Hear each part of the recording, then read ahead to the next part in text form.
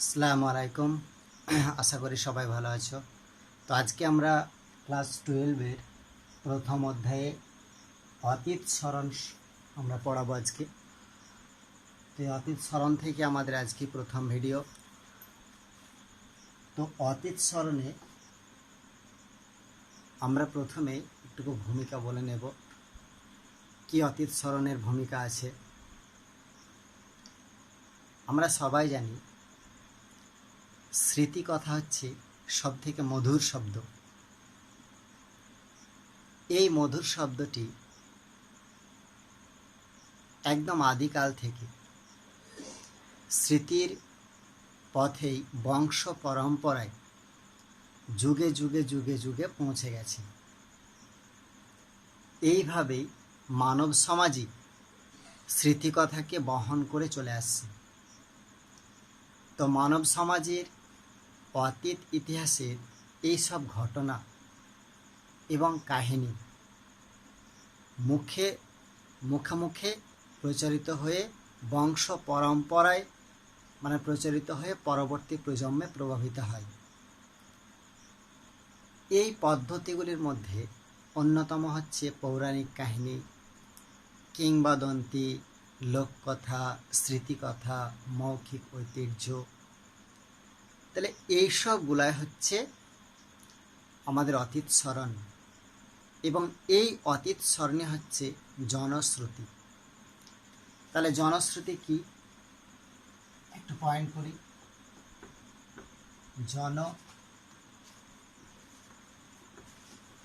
জনশ্রুতি জনশ্রুতি কি?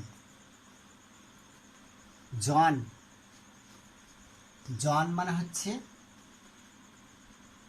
জনগণ বা মানুষ। শ্রুতি হচ্ছে স্মৃতি কথা, অর্থাৎ মানুষের মনের মধ্যে এক কল্পনাপ্রবণ জিনিস, যেটা হচ্ছে স্মৃতি কথা, মনে রাখা। এই জন্য আমরা বেদকে আমরা শ্রুতি বলি, অর্থাৎ বেদ শুনে শুনে উচ্চারিত হতো, শুনে শুনে বংশ পরম্পরায় প্রভাবিত হতো। এই জন্য বেদের অপর নাম শ্রুতি। ঠিক এখানেও তাই জনশ্রুতি হচ্ছে মানুষের মুখে মুখে বংশ পরম্পরায় চলে আসছে স্মৃতিকথা, সেটাই হচ্ছে জনশ্রুতি। তো জনশ্রুতি অতীত স্মরণের মেন ভূমিকা।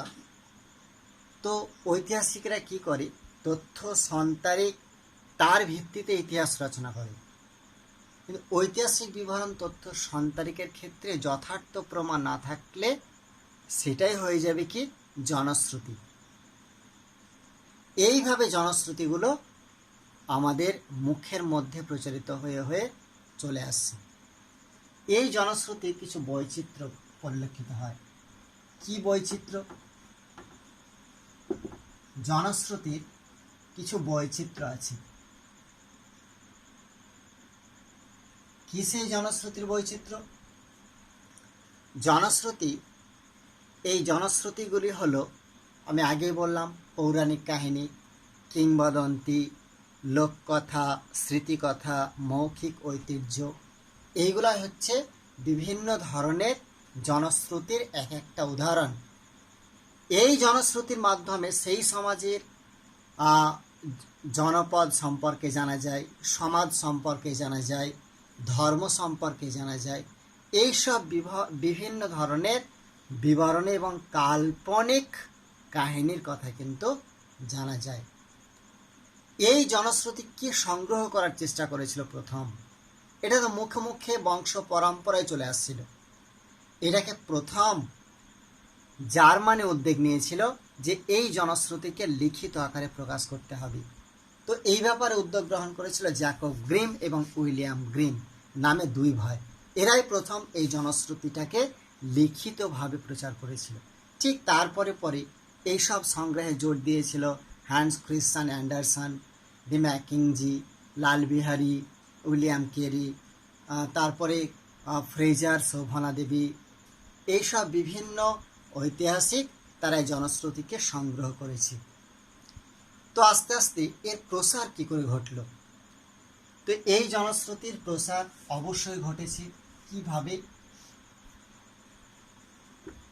প্রসারটা এইভাবে ঘটেছে, আমরা সবাই জানি যে বিভিন্ন মানবজাতি বিভিন্নভাবে তারা সমাজের বাইরে অর্থাৎ এক দেশ থেকে, যেমন বিশেষ করে অষ্টাদশ শতকে ইউরোপে বিভিন্ন সাম্রাজ্যবাদী শক্তি তারা কি করেছিল, সেই সাম্রাজ্যবাদী শক্তি যেমন Asia, Africa, Latin America, Austria, এরা বিভিন্ন জায়গায় উপনিবেশ গড়ে তুলেছিল।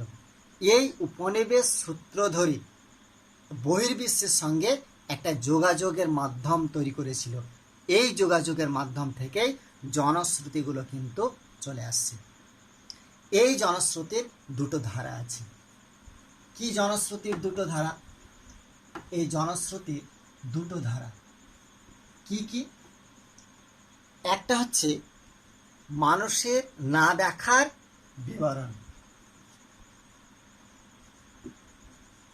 মানুষের না দেখা বিবরণ, আর একটা মানুষের দেখা ঘটনার বিবরণ। মানুষের দেখা ঘটনার বিবরণ। এই জনশ্রুতির হচ্ছে দুটো ধারা, একটা হচ্ছে মানুষের না দেখার বিবরণ, আর একটা হচ্ছে মানুষের দেখা ঘটনার বিবরণ। কি মানুষের না দেখা ঘটনার বিবরণ? কিছু ঘটনা আছে যেগুলি সমকালীন সমাজে মানুষের সচক্ষে না দেখা সত্ত্বেও নানান কাল্পনিক কাহিনীর মাধ্যমে বংশ পরম্পরায় প্রভাবিত হয়ে চলে আসছে। এইগুলো হচ্ছে কাল্পনিক কাহিনী। যেমন উদাহরণ হিসাবে আমরা এই কথাটাই বলতে পারি যে এই পৃথিবীটা আছে একটা কচ্ছপের উপর।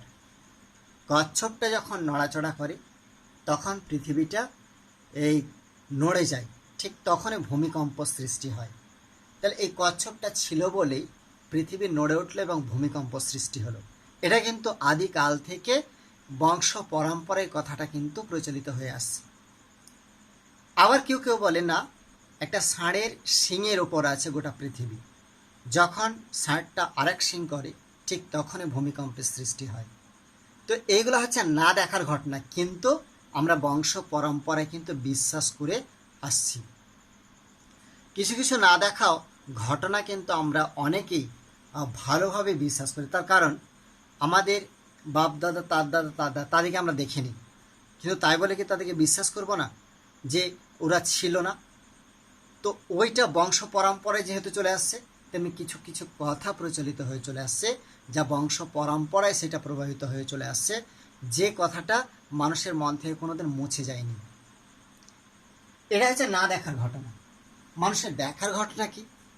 কিছু কিছু ঘটনা আছে যেগুলি সমকালীন জনগোষ্ঠী মানুষের স্বচক্ষে দেখেছেন এবং সেই সব ঘটনার বিবরণ পরবর্তীকালে বংশ পরম্পরায় প্রভাবিত হয়ে চলে আসছে।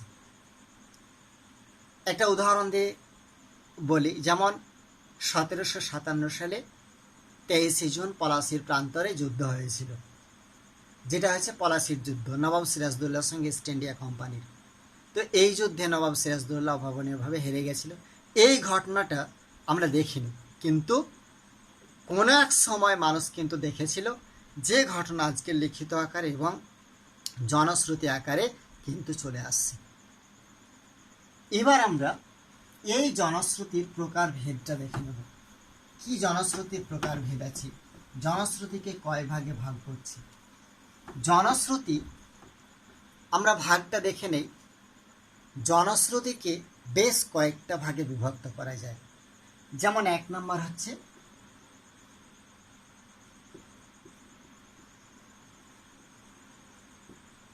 পৌরাণিক কাহিনী, 2 নম্বর কিংবদন্তি, 3 নম্বর স্মৃতিকথা, 4 লোককথা। 5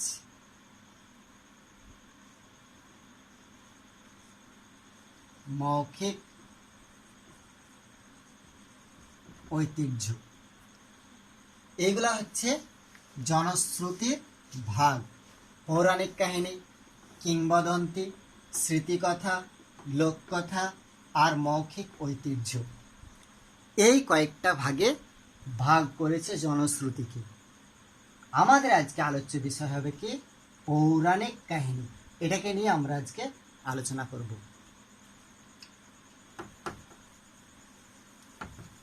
কি পৌরাণিক কাহিনী?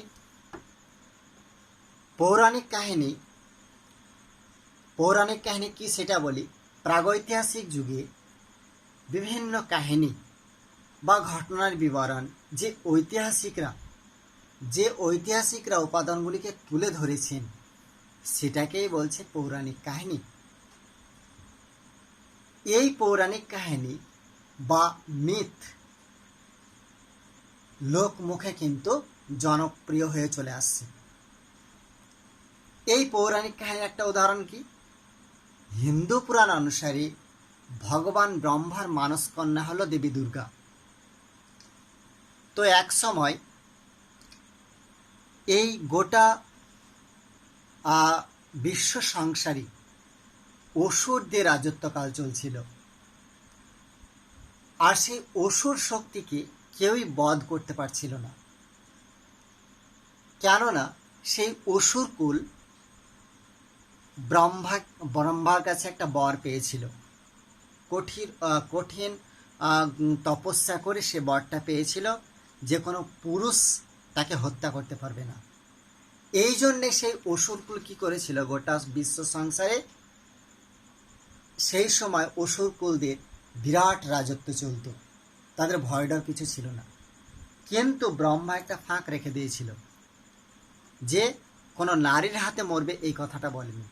ঠিক সেই সময় দুষ্টের দমন করার জন্য দেবী দুর্গাকে পাঠানো হয়েছিল এবং সেই অসুরকুলকে বিনাশ করেছিল। সে মর্তে এসে সে দিব্য শক্তি দিয়ে সে কিন্তু বিনাশ করেছিল। এইভাবে দুষ্টের দমন সৃষ্টের পালন করে চলে আসছে পৌরাণিক কাহিনী।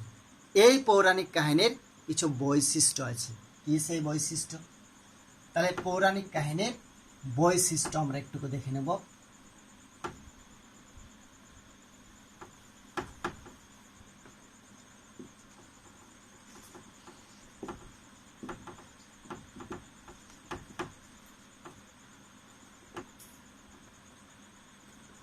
পৌরাণিক কাহিনীর বৈশিষ্ট্য কি? পৌরাণিক কাহিনীর বৈশিষ্ট্য আছে, সেই বৈশিষ্ট্যটা একটু একটু করে জেনে নেব আমরা। J.F. বিয়ারলাইন তিনি পৌরাণিক কাহিনীর 6খানা বৈশিষ্ট্য উল্লেখ করেছিলেন। কি কি সেই 6খানা বৈশিষ্ট্য? বলছে পৌরাণিক কাহিনী উত্তরাধিকার সূত্রে প্রাপ্ত হয়। পৌরাণিক কাহিনী উত্তরাধিকার সূত্রে বর্তমান সমাজে প্রচলিত হয়, এ কথাই বিয়ারলাইন বলছেন। বিয়ারলাইনের মতে পৌরাণিক কাহিনী হলো আমাদের অচেতন মনের কাহিনী বিশেষ, সম্ভবত আমাদের জিনে লিপিবদ্ধ থাকে পৌরাণিক কাহিনী। আর কি বলছে সেই 6খানার মধ্যে? তিনি আরও বলছেন যে পৌরাণিক কাহিনী হচ্ছে প্রাগৈতিহাসিক বিবরণ। পৌরাণিক কাহিনী প্রাগৈতিহাসিক যুগের ইতিহাস। মানব সভ্যতার উন্মেষের আগে মানুষ কেমন ছিল, তার খণ্ডচিত্র কেমন ছিল, সেই সব কাহিনী হচ্ছে প্রাগৈতিহাসিক বিবরণ।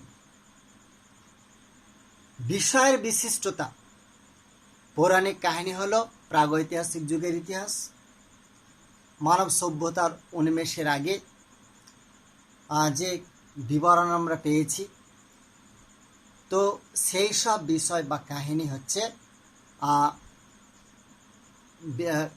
বিষয়ের বিশিষ্টতা। আর কি? পরিচয়ের ভিত্তি। পৌরাণিক কাহিনী হচ্ছে কোনো সমাজ এবং সাম্প্রদায়িক পরিচয়ের মূল ভিত্তি। আর বিধি নিয়মের স্বীকৃতি দেয়।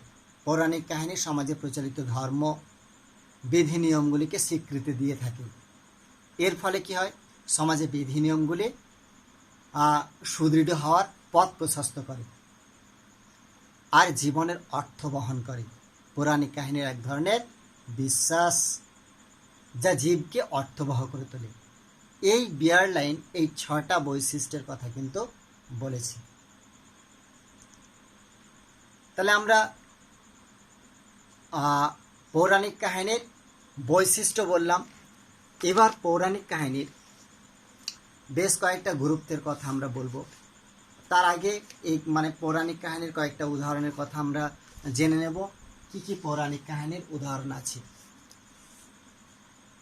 পৌরাণিক কাহিনী, বিভিন্ন দেশের পৌরাণিক কাহিনী আছে। যেমন বাইবেলের পৌরাণিক কাহিনী।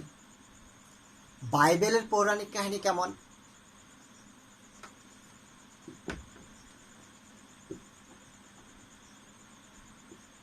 বাইবেলের পৌরাণিক কাহিনী। বাইবেলের পৌরাণিক কাহিনী খ্রিস্ট ধর্মের ধর্মগ্রন্থ বাইবেল একটি পৌরাণিক কাহিনী অনুসারে প্রবল বন্যায় পৃথিবীর স্থলভাগ কিন্তু ডুবে গিয়েছিল। তো ঠিক সেই সময় বিভিন্ন প্রাণীর একজোড়া করে প্রতিনিধি নোয়ার নৌকায় আশ্রয় নিয়েছিল। সেই নোয়ার নৌকাতে আশ্রয় যারা পেয়েছিল, প্রত্যেকটা জীবকুল, সেই জীবগুলি আবার পৃথিবীতে বিভিন্ন জীবকুলের সৃষ্টি করেছে। এইভাবেই কিন্তু পৃথিবীর সমতা বিধান কিন্তু বজায় ছিল। আর কি হিন্দু পুরাণের কাহিনী আছে।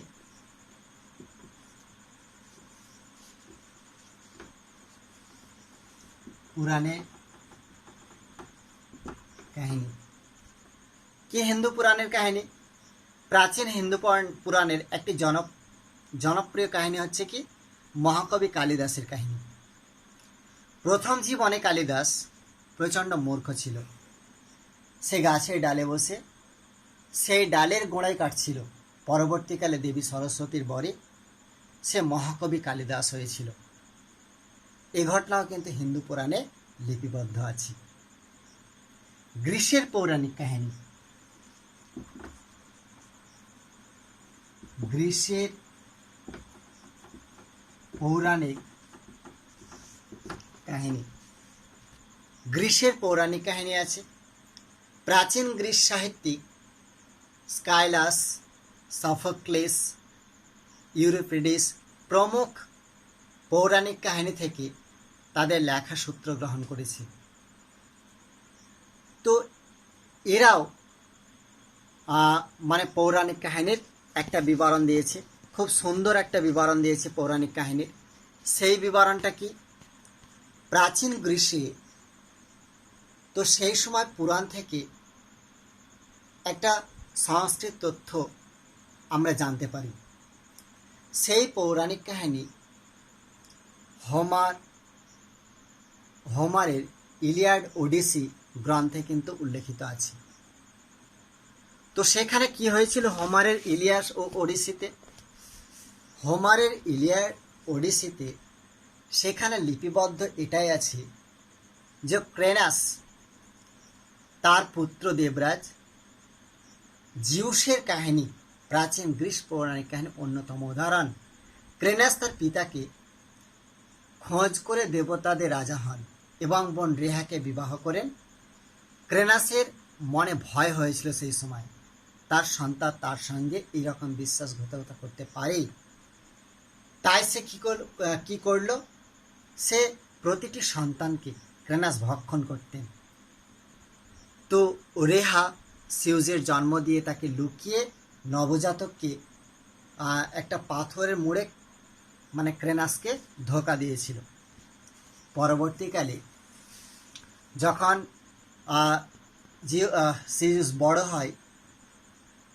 জিউস যখন বড় হয় তখন তার পিতাকে একটি ঔষধি পানীয় খাওয়ালে সেই জিউসের সকল ভ্রাতাকে সে কী করেছিল? ক্রেনাস উগরে দিয়েছিল। এরপর ক্রেনাসকে যুদ্ধে হারিয়ে জিউস দেবতাদের রাজা হয়েছিলেন বা দেবরাজের রাজা হয়েছিলেন। এই কাহিনী কিন্তু গ্রিসের পৌরাণিক কাহিনীর একটা উদাহরণ। তাছাড়া আছে রোমের কাহিনী, রোমুলাসের কাহিনী আছে, রোম কিভাবে সৃষ্টি হয়েছিল। তো রোমুলাস তার নামানুসারে কিন্তু রোমের নাম হয়েছিল। রোমুলাসকে আমরা সবাই জানি যে টাইবার নদীর জলে ভাসিয়ে দেওয়া হয়েছিল। একটা বাঘ তাকে টেনে এনে সেই রোমুলাসকে বড় করেছিল। তারপরে সে যখন তার বংশ পরিচয় জানতে পারে তখন রোমে গিয়ে সে সকল রাজাদের পরাজিত করে সে রোমের নাম দিয়েছিল এবং রোমের রাজা হয়েছিল পরবর্তীকালে সে। তো এটাই হচ্ছে উদাহরণ পৌরাণিক কাহিনী। এবার আমরা গুরুত্বের কথাটা একটু জেনে নেব যে এতক্ষণ আমরা পৌরাণিক কাহিনী আলোচনাটা করলাম, এই পৌরাণিক কাহিনীর কি গুরুত্ব বহন করে, পৌরাণিক কাহিনী কতটা গুরুত্ব বহন করে, অর্থাৎ স্মৃতিকথার কতটা গুরুত্ব আছে, সেই গুরুত্বের কথাটা আমরা একটুকু জেনে নেই। যে প্রাচীন পৌরাণিক কাহিনীর কতটা বিষয়বস্তু ঐতিহাসিকভাবে ঠিক না ভুল বা সত্য না মিথ্যা, এটা খোঁজা খুবই কঠিন। তো সে যাই হোক, পৌরাণিক কাহিনী অতীত ইতিহাসের বহু সত্য এবং যথার্থ উপাদান লুকিয়ে থাকে কিন্তু। তো পৌরাণিক কাহিনীগুলিতে তাদের দেবতা, পূর্বপুরুষ, বীর পুরুষ এইসব গল্প কথা কিন্তু থেকেই থাকে, তাহলে নিশ্চয় একটা গুরুত্ব বহন করে এই থেকে। আর কি, সমকাল নির্ণয় করে, পৌরাণিক কাহিনীগুলির সঙ্গে তুলনামূলক পদ্ধতিতে যাচাই করে ইতিহাসের বহু সাল তারিখ কিন্তু নির্ণয় করা সম্ভব হয়। আবার কি করে, বংশ পরম্পরায় যে একটা বংশ তালিকা রেখে যায়, প্রাচীন একদম কালের বংশ পরম্পরা মুখ দিয়ে যে প্রচলিত হয়ে আসছে বংশে কাহিনী, যে কে হয়তো বা সৈয়দ বংশ, কে হয়তো বা পাঠান বংশ, কে হয়তো বা মল্লিক বংশ, এই যে বংশ পরম্পরায় মানুষের মুখে মুখে চলে আসছে বংশ তালিকাটা, এই বংশ তালিকাটাও কিন্তু নির্ভর করে এই মানে পৌরাণিক কাহিনীতে, তাহলে তার গুরুত্বটা আছে একটা। আর কি, ধারাবাহিকতা, ধারাবাহিকতা হচ্ছে পৌরাণিক কাহিনীর একটা উল্লেখযোগ্য গুরুত্ব। অর্থাৎ এই বছরের পর বছর, বছরের পর বছর এই যে স্মৃতিকথাগুলোকে আঁকড়ে ধরে থাকে, এই স্মৃতিকথাগুলো যে আঁকড়ে ধরে থাকছি আমরা, এইগুলাই হচ্ছে তার গুরুত্ব। তাহলে আমরা আজকে অতীত স্মরণ থেকে স্মৃতিকথা এবং পৌরাণিক কাহিনী সম্পর্কে বিস্তারিত আলোচনা করলাম। তো আজকে এই পর্যন্তই, সবাই ভালো থাকবে, থ্যাংক ইউ।